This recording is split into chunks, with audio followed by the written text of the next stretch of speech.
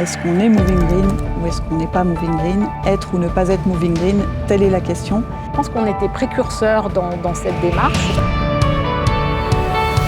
Nous sommes vraiment sur la bonne voie. On est sur la bonne voie. Ce qui rend cette démarche unique et ambitieuse, c'est déjà qu'elle a le mérite d'exister. Cette démarche est structurée autour de 4 axes, 4 objectifs. Le premier vise à réduire de 30% les émissions de nos activités de transport. Le deuxième objectif, c'est la consommation d'énergie bas carbone sur nos bâtiments. Troisième objectif, la sous-traitance, embarquer nos sous-traitants dans la démarche. Et le quatrième objectif, c'est évidemment d'embarquer l'ensemble des collaborateurs et collaboratrices de l'entreprise. Alors la démarche climat est devenue une priorité stratégique pour Steph parce qu'elle se renvoie à notre modèle d'affaires. C'est important de rappeler que notre modèle d'affaires est constitué à 75% d'activité de transport. C'est aussi de travailler sous température dirigée. Et donc pour produire le froid sous ces différentes gammes de température, nous consommons de l'énergie. Ça renvoie aussi à notre volonté d'aller plus loin en termes d'ambition et d'aller aussi plus vite et de faire en sorte que on puisse ralentir en fait le réchauffement climatique.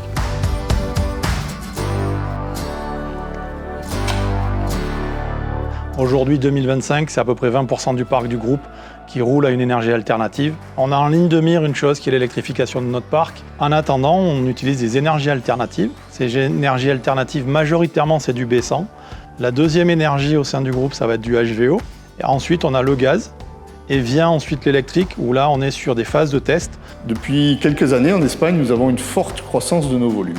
Notre modèle, qui était basé sur une centralisation à Madrid, nous l'avons fait évoluer vers un modèle plus décentralisé en créant des hubs régionaux. Nous avons des organisations qui permettent de piloter chaque soir ces coefficients de remplissage et d'adapter pour le lendemain les moyens à mettre en œuvre.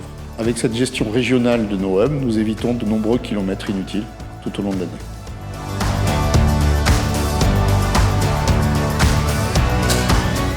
Que ce soit en termes de développement photovoltaïque, en termes de performance énergétique, en termes de suivi de ces performances dans le temps, je pense que le groupe est bien armé.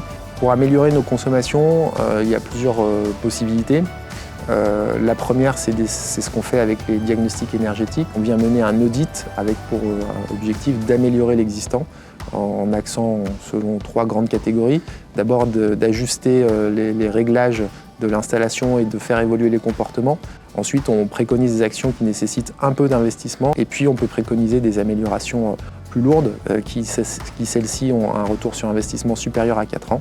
La démarche du management de l'énergie vient, j'allais dire, compléter et amplifier ces éléments avec le partage de bonnes pratiques, la rediffusion de façon récurrente et régulière auprès des sites des bonnes pratiques et, j'allais dire, la démarche ISO 50001 avec le fait que tous les ans le groupe soit audité. Ahora en España somos más autosuficientes, tenemos la energía solar y justo en las horas solares es donde la energía es más barata. Las plantas se realizan con la idea de que duren 20-30 años. Con el Energy Lab estamos aprendiendo y cogiendo experiencia sobre el hidrógeno, que entendemos que va a ser un vector en el futuro que nos pueda ayudar también a trasladar a otras áreas de nuestro negocio.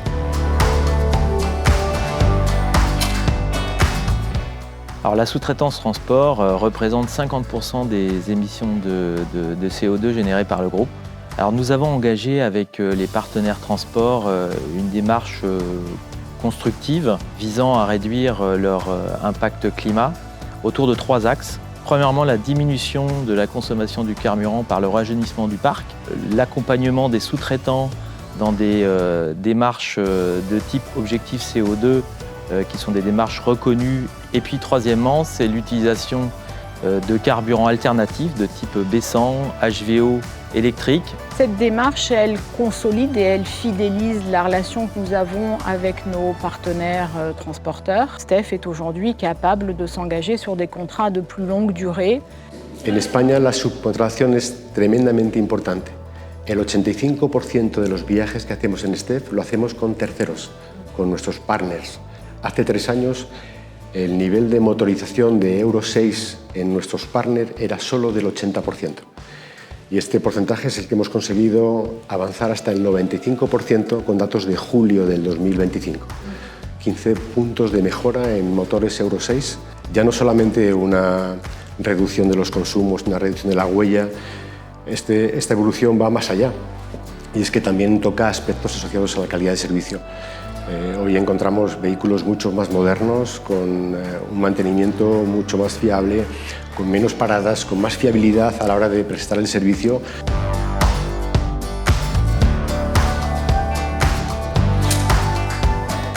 Alors, nous avons formé les équipes aux enjeux climatiques en commençant tout simplement par le top management et les principaux cadres.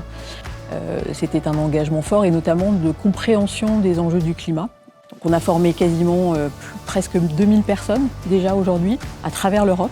Y ahora estamos enfocados en adaptar la formación que era para todos los mandos, pero al puesto de trabajo. Entonces hay una parte e-learning y hay otra también alternativa en presencial. De manière à ce que tout le monde dispose d'un socle commun de connaissances sur le climat et les enjeux pour le groupe STEF et faire sentir au quotidien que chaque collaborateur et chaque collaboratrice peut et doit s'engager dans la démarche du groupe. C'est eux qui vont être à même de mieux expliquer, d'animer au quotidien finalement tout ce que le groupe met en place en termes de développement durable.